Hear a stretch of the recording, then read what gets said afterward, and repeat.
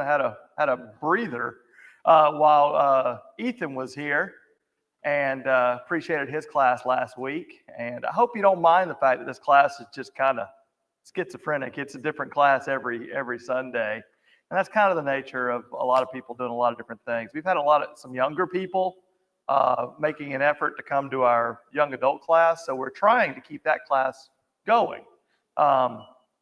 And that's also why our numbers have kind of shrunk a little bit in here, because some of the adults get pulled that way, and that's fine.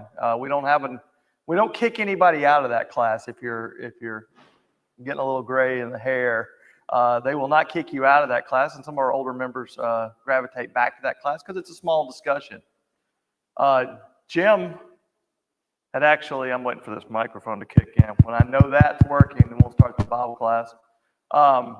Jim had talked about the fact that, I think that's it. Jim had talked about the fact that this class, when he emailed me, he didn't know I had kind of stopped mid-psalm, that I got too far into the sons of Korah. Do y'all remember that? We talked about the sons of Korah, which I just found as a fascinating divergence. It started with me I was just wanting to teach the psalm, and I looked up the sons of Korah, and I'm like, oh, well, this is too fascinating not to talk about the sons of Korah and why they're just one of those almost anonymous names on the psalm that we don't really think about the importance, and that the fact that they carried a name that was infamous. It was a name that was not a positive name, but they carried that name very proudly because it kind of represented God's redemption. That just because your family and your parents might have done some truly awful things, that it ultimately, the results of that were righteous judgment, and that God still had a place for the descendants, the ones that survived of Korah, and they went on to being great psalmists. So anyway, when Jim talked about this class, I said, well, I need to continue teaching it for at least one more week. And he suggested that this class could merge into the back, but I need feedback. You don't have to yell it from the audience, but if you want to keep the auditorium class going, then I'll make sure that we continue our study of the book of Psalms. So if you have anything to say about that, talk to me afterwards and let me know that you want, obviously when Ethan's here or when we have any other guest preachers scheduled, we will do that.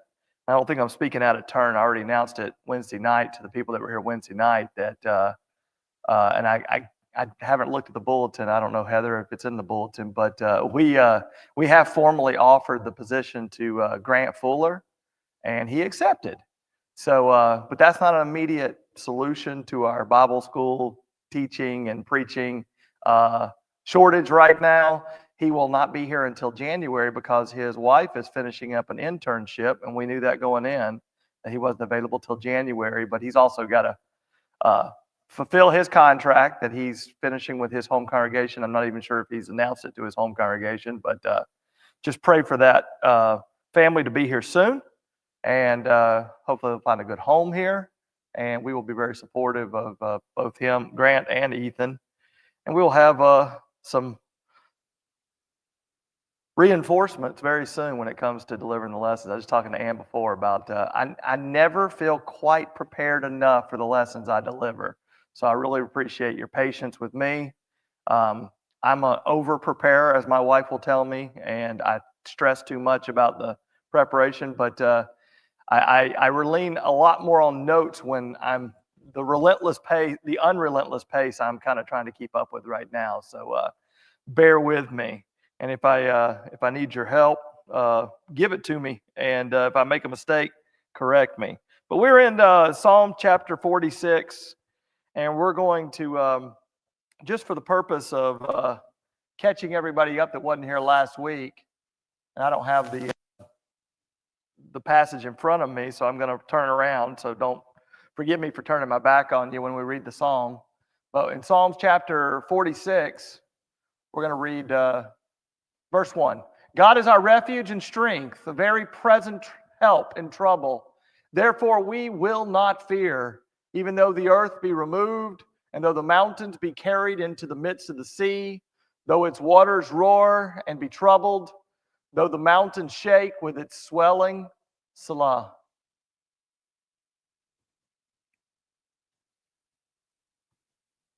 And I think my batteries are dead, gentlemen. I know a way to test it. Yep, if I have no laser, then I don't have a battery, so.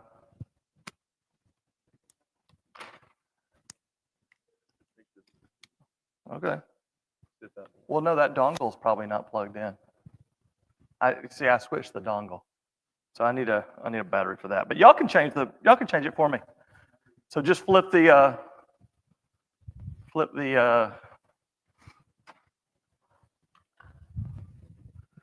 I'm not going to flip them very often anyway, so if you guys will just switch it when I need it, that's fine with me. Go ahead and switch to the next one. We already covered that.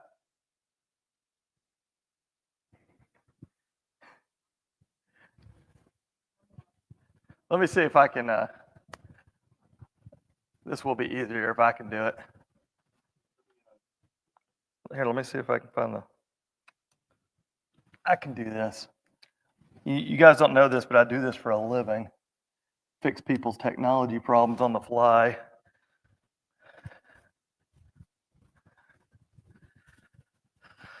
Okay.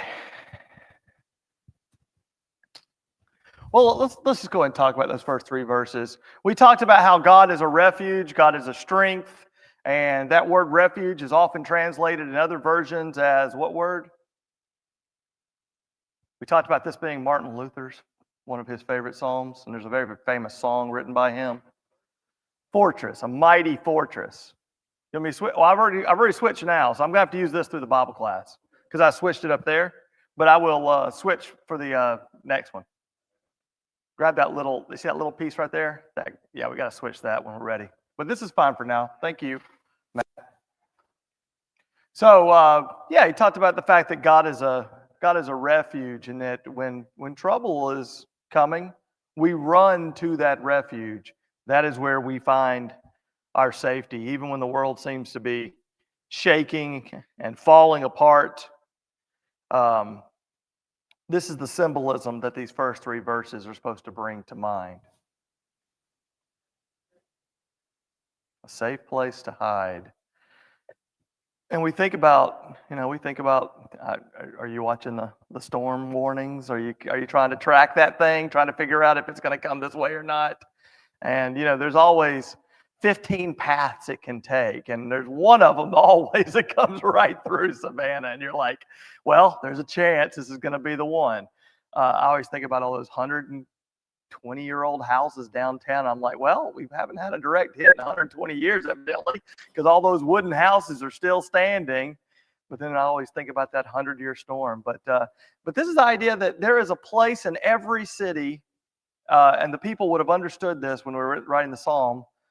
There is a place in every city where your house may not offer this kind of safety, but there is a structure that has a safety. And they weren't really, natural disasters was a big problem, but they almost felt like that was unsolvable because of they didn't understand earthquakes. They didn't understand natural disasters and things like that. But what they did understand is the enemies pressing in, the enemy armies coming in to attack. And most people did not live in the castle. They did not live in the fortress. They did not live in the fort.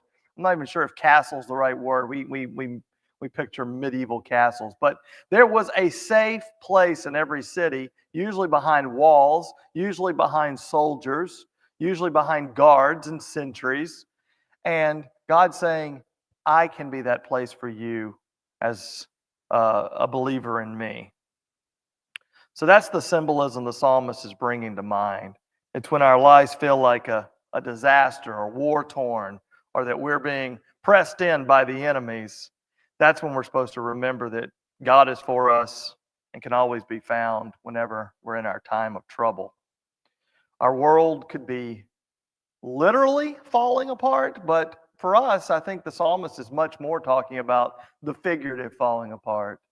And we may not be attacked by literal armies and soldiers, but we're attacked by Satan. We're attacked by as it's referred to in the New Testament, Satan's darts, his fiery darts that are always being hurled at us. And we do, every time we let our guard down, they will strike us. So the world can collapse all around us, but we can have confidence because of God. So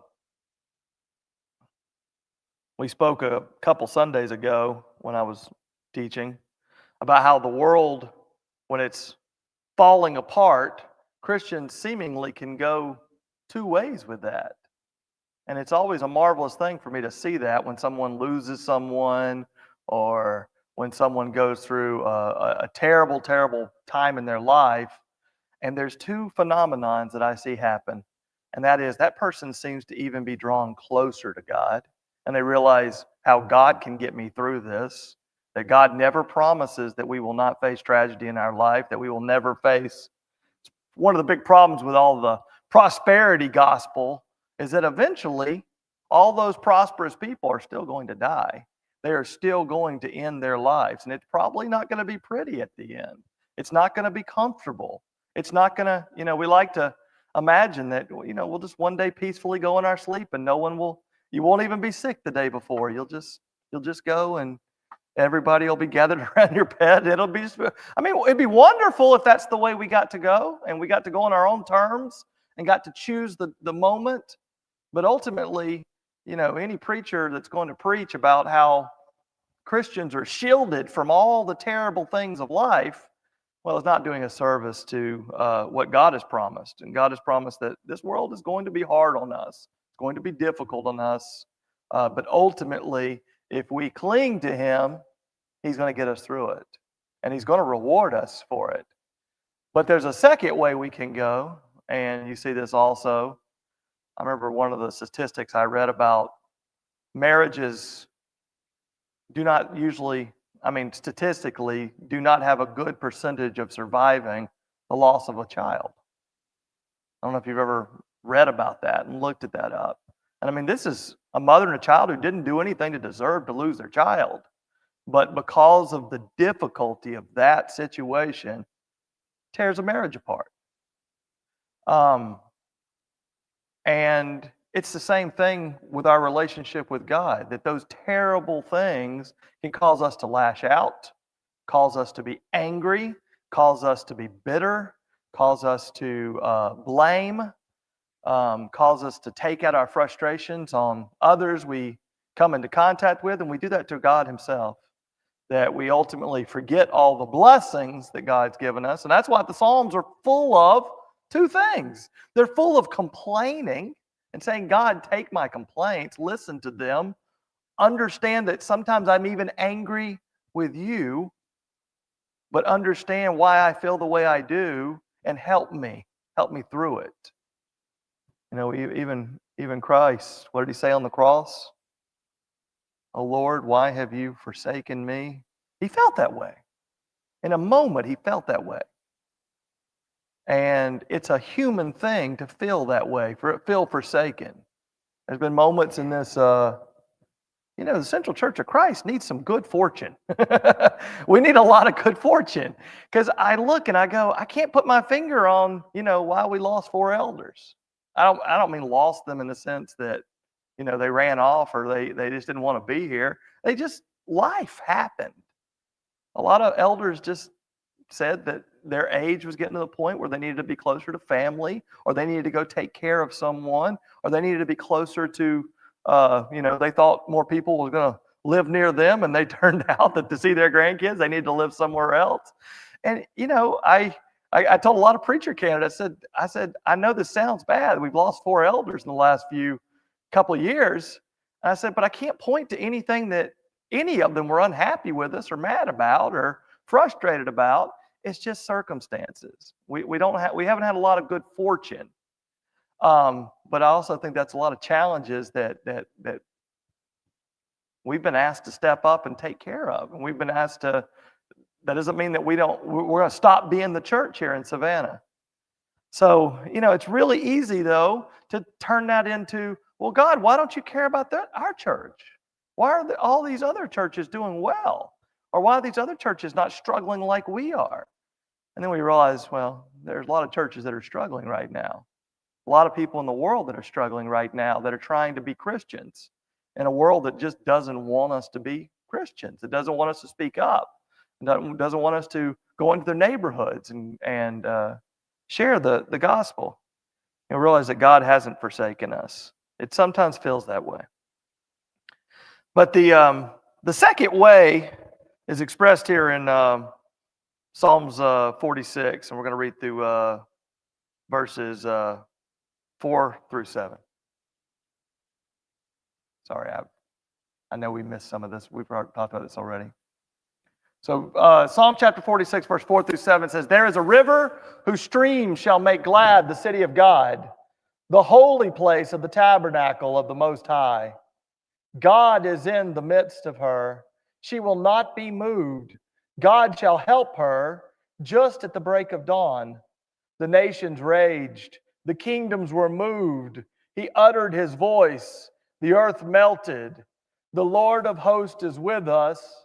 The God of Jacob is our refuge." Selah. So in verse 4, we were called to run to the city of God. And we talked about this idea. Actually, I'm not sure if we did talk about this. This is where we left off. We have a mechanism in each and every one of us that when something comes up, an oppressor, an enemy, a dangerous situation comes up, we immediately, our brain snaps into a almost instinctual process of fight or flight. Fight or flight. And there's another phenomenon called panic or shock. What was that? Yeah, we freeze. Yeah, fight, flight, or freeze. Because the panic is a third alternative. That's right. And where you can go, I just can't make up my mind. I'm glad I have a child. I'm going to try not to say he or she. I'm just going to say a child. I have a child in my family that I cannot ask this child a question without a long, difficult silence. It does not matter how trivial the question is or how difficult the question is. It makes no difference. This person freezes every single time this person is asked a question. And it's something that we can't be like that when a situation like being described in these verses is happening. The first step to having this lack of fear in the face of disaster is we've got to put our faith in God. And if we have that faith in God instinctually, if that faith is so natural to us, we don't have to think about it. We realize immediately, oh, I should be praying right now. But if you've been suffering for 3 or 4 days, and then finally it occurs to you, maybe I should pray about this. Well, then we're not praying without ceasing, are we? We're not continually making that an instinctual move. In this psalm, God's described as a powerful fortress or a refuge in a city. And when the enemies attacked in the old days, the people outside the city would have had no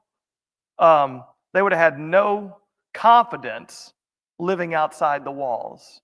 Not everybody could live in the walls, but in a time of calamity, you could go inside those walls and you would run for those walls. You would want to get in there because the attacking army is going to have no problem with everybody out on the outskirts.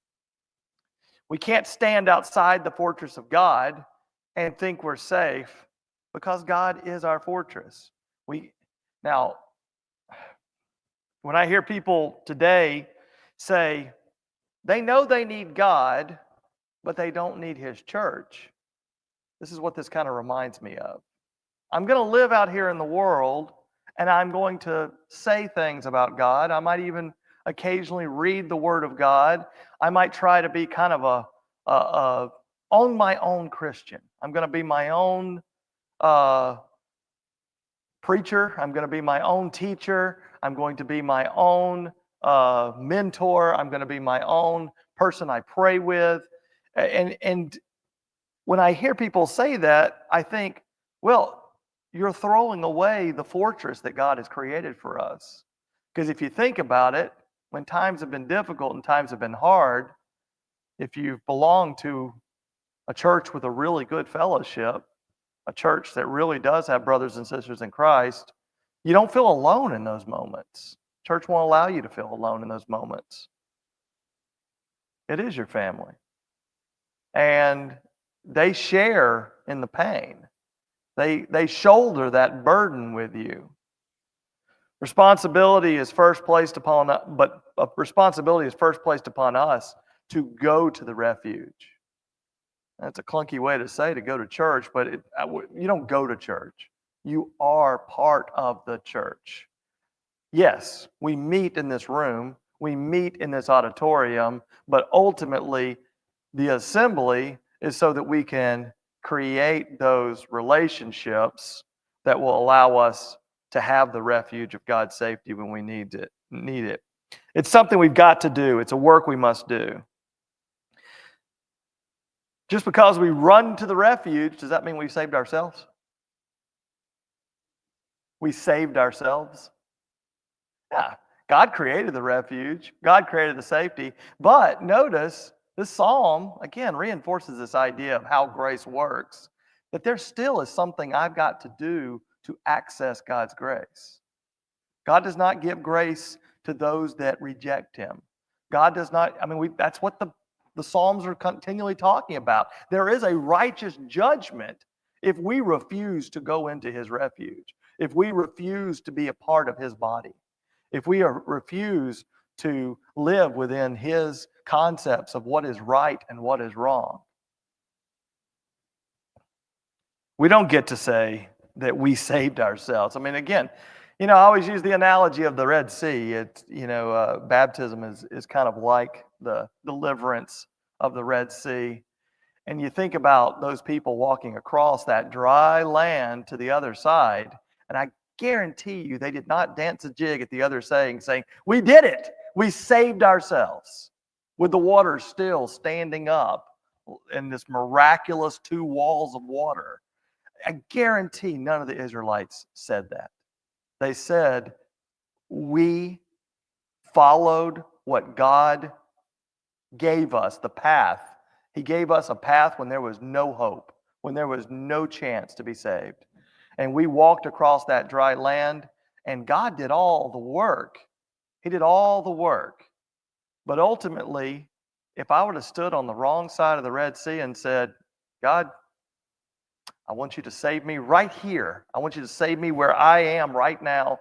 And I don't feel I should have to walk across that Red Sea.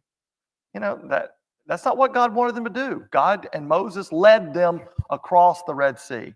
Was there something they had to do to access the grace of God? Absolutely. They had to put one foot in front of the other and cross that sea. But God gave them the path. God gave them the deliverance. Well, God builds His refuge. He constructs the walls. He designs the fortress. And He saves us. And you and I, all we simply have to do is believe that God is there to protect us and turn towards Him and run to Him. What is baptism? What is obedience? It is simply showing our love for God and appreciation for what He has done for us, and knowing that He is the only way we can have remission of our sins. So 4 through 7 tell us about life in the city of God. What do we hear about it? We hear there's a river going through the city of God. The river makes the inhabitants of the city glad. And this imagery parallels what we read back in Revelation chapter 22, 1 and 2. And He showed me a pure river of water of life, crystal as clear as crystal, proceeding from the throne of God and of the Lamb. In the middle of its street and on either side of the river was the tree of life, which bore 12 fruits, each tree yielding its fruit every month. The leaves of the tree were for the healing of the nations, and there shall be no more curse, but the throne of God and of the Lamb shall be in it, and His servants shall serve Him. This imagery also reminds us of the Garden of Eden, as a river flowed through the garden, and it was the source of the four rivers of the earth. In both these examples, the Garden of Eden and this passage we just read from Revelation, from the beginning and the end of our Bibles, we are picturing God being with his people. The city of God is where the Most High dwells. In Revelation chapter 22, verse 3, we read that the throne of God and of the Lamb will be in that city, and his servants will serve him. And I heard a loud voice from the throne saying, "Now the dwelling of God is with men, and he will live with them, and they will be his people, and God himself will be with them and be their God." You know, since God's in the city's not going to fall to any trouble, not to any enemy. There's no enemy that Satan can throw at this city and can conquer it. Since God's in our city, we have nothing to worry about. Nations can be in uproar. Kingdoms are going to continue to fall.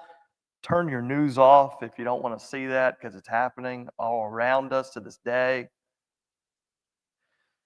But the earth will melt when the Lord lifts his voice. But the book of Revelation ultimately pictures the hope of the gates of God remaining open at all times through whatever calamity we face on this earth, because God has conquered all of the enemies.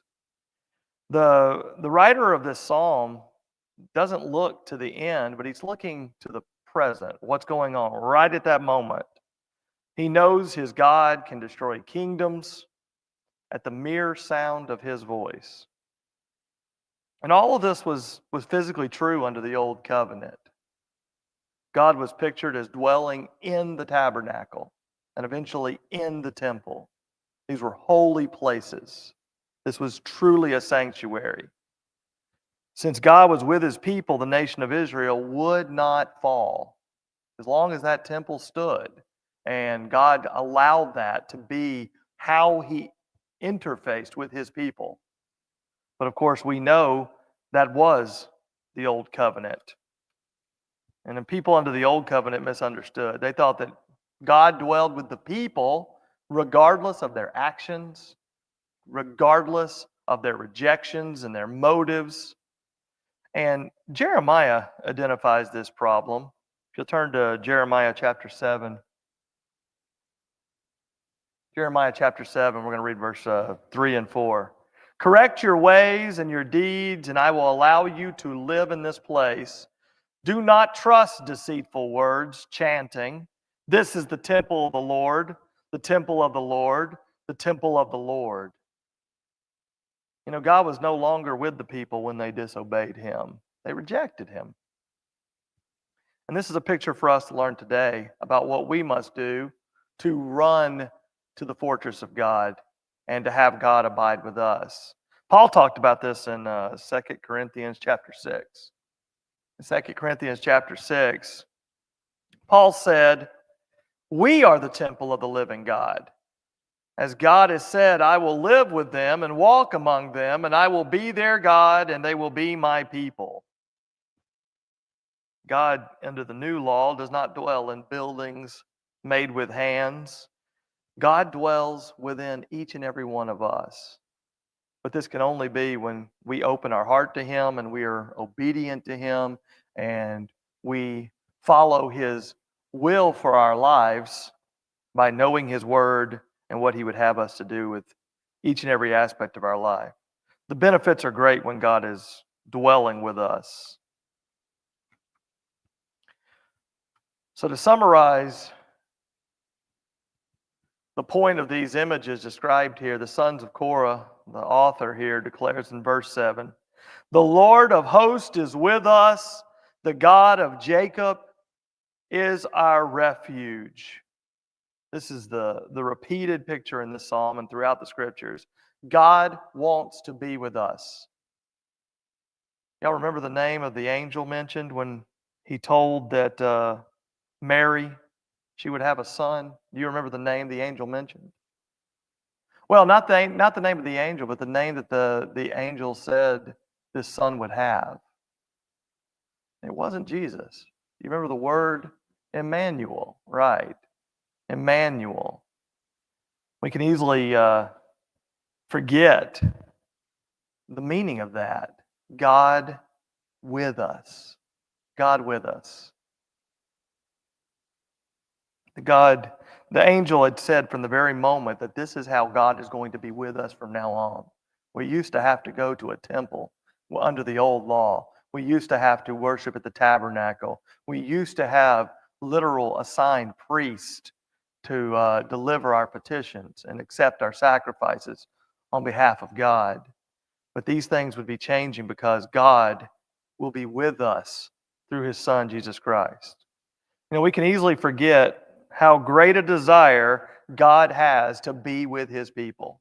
And I mean, think about just how shocking that is when we think about it. Why would he want our company? Why would he need us? Why would he need to be with us? It should be the other way around. And ironically, who's the one rejecting whom? We're the ones that reject God. And he's the one that has accomplished everything he has done and done everything, including created our lives. You know, the true and living God is so different from all the gods that humans have invented over time. I mean, think about all the pagan gods. I mean, if you've studied mythology, that's a great example into the psyche of the gods that man would create. They create gods that look a lot like whom?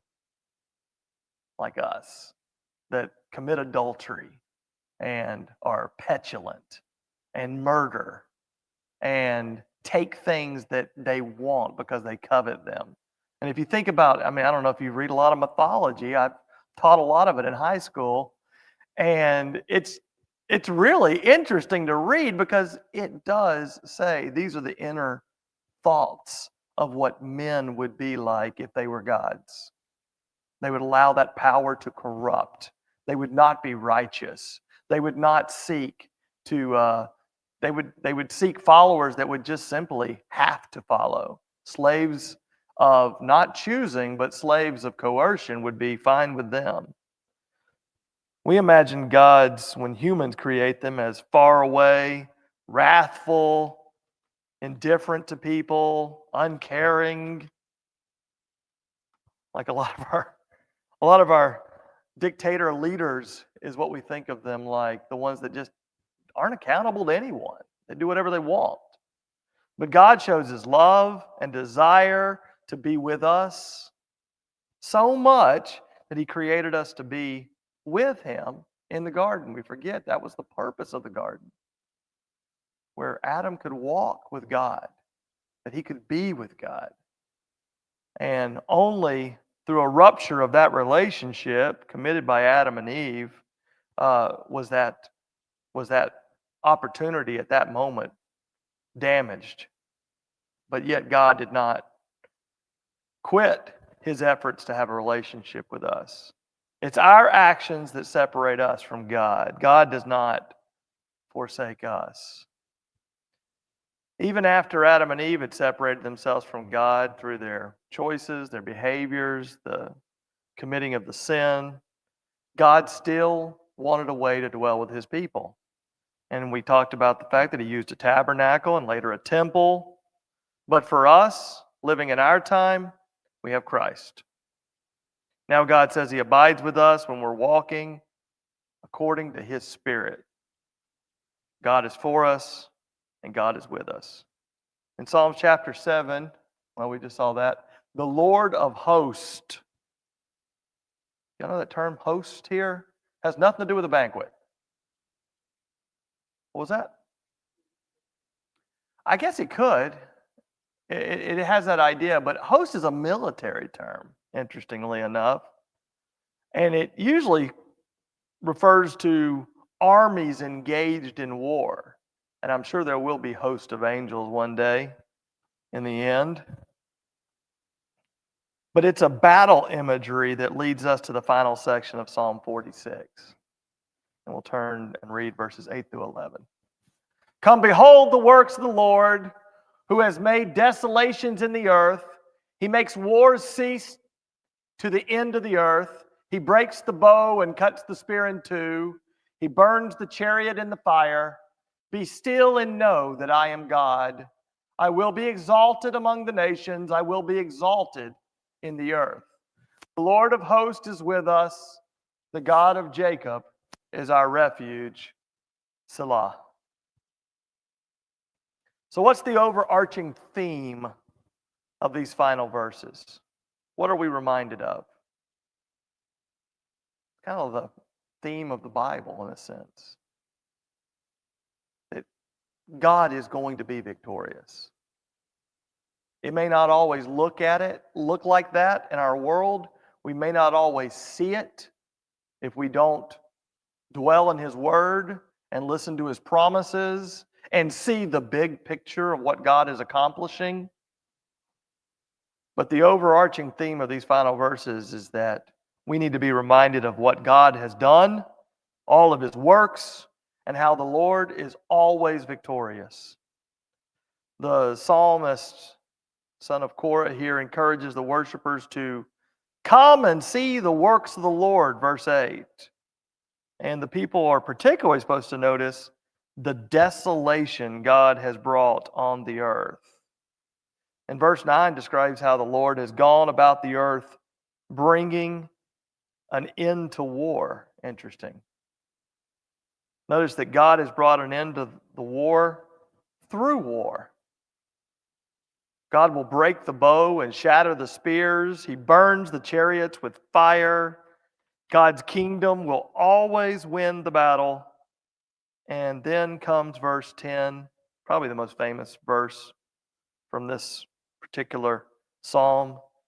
Be still and know that I am God. Now, I know we've all thought about that phrase. What does it mean to you? I think it's going to mean different things to different people. Be still and know that I am God. What's the mental picture that you create in your head? Patience. Quiet. Trust and reflection. It's meditation. And we don't like that word meditation because it's in so many Eastern religions, but the idea of meditating on God and just, we live in a world that doesn't let us meditate anymore.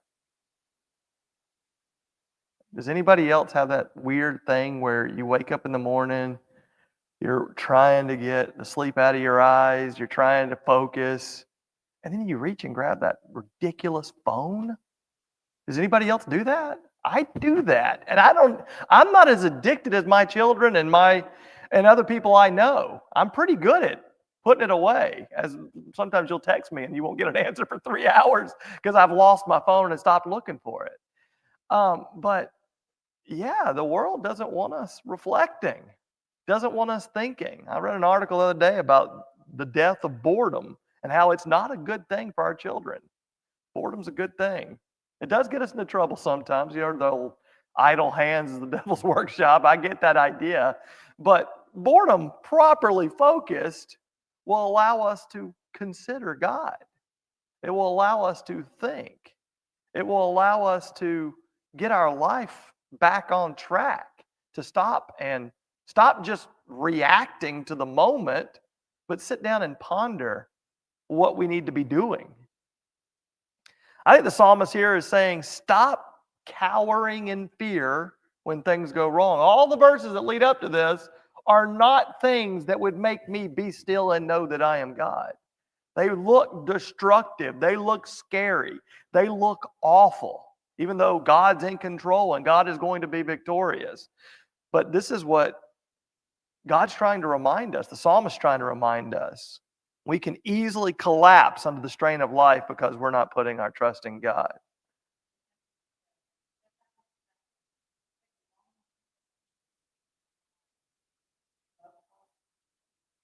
Yeah. Turn the noise off. Turn the noise off. We talked about the idea. People talk about, I'm gonna take a month off of eating bad food or doing this or doing that. But maybe one of the best things we could do is just, My wife and I debate this all the time about politics and the news, and she's like, "Why do you keep up with all that stuff?" Because she gets most of her news through me. And I say, you're never gonna believe what happened today. I'm gonna tell you about this. And she's like, go on, go ahead and tell me. And she just always has to brace for it. And I'm like, I'm torn between, yes, my life would probably be better for not dwelling on these things and thinking about them, but also feeling like, well, I think it's a good citizen's responsibility of knowing what's going on in the world. How in the world can we combat these things? We have to walk a very fine line in our lives where we don't allow the noise, the traffic of life to inundate us to the point where that's all we think about. And when you think about getting pulled down by all that, it shows a lack of faith. It shows a lack of trust that God's got all these things under control. And I think we also have this strange problem that it's not a strange problem, it's a very unique human problem of we always feel like we are living in the worst of times. I think every generation has felt it. That this is the generation that's finally letting this earth spin off its axis. But if you're a student of history, it doesn't take very far to go find out that, well, we're doing a lot of things a lot better than, we finally, I think, settled the fact that maybe slavery is not a good thing, or that Holocausts are not something that we should allow to happen on this planet, or that we should try, as a general rule, to try to avoid war, and we should try to feed those that can't be fed. I mean, I think a lot of things that weren't settled in the past have become settled. But ultimately, we've got to keep things in perspective and realize that God is in control. Many of us will fret and worry about what may happen. We'll forget about how many times God has provided for us, even when storms has affected us in the past. We'll try to take matters into our own hands. I call this white knuckling it through life. And I think a lot of us attempt to do this, where if we just feel like, I'm not going to bother God, I'm not going to pray about this, I'm just going to get through this and know it'll be over soon. And that's not the way to go through life. It's not a way a Christian goes through life. When adversity comes, those of the world choose between those common choices. They collapse and quit, or they can try to just withstand it and get through it. That's a common way that most people without God try to get through life. When we collapse or try to go it alone, we're declaring that we do not believe in God and that we don't need Him. We don't believe He really cares about us. But those of us, like those in this room today, that love God and know that God loves them, there's a third option for what to do when adversity comes. We can be still and know that God is and that He is our refuge. We need to stop continually, pause, and remember who God is, that He's in charge, that we should have no fear. No matter what happens in life, we should not be afraid. I am out of time. We're going to finish that psalm today, and appreciate your attention, appreciate some of the comments. Sorry I didn't let you comment more, because I think you would have had some better things to say than probably I've always had prepared. But I really do appreciate you being here. Yes, ma'am?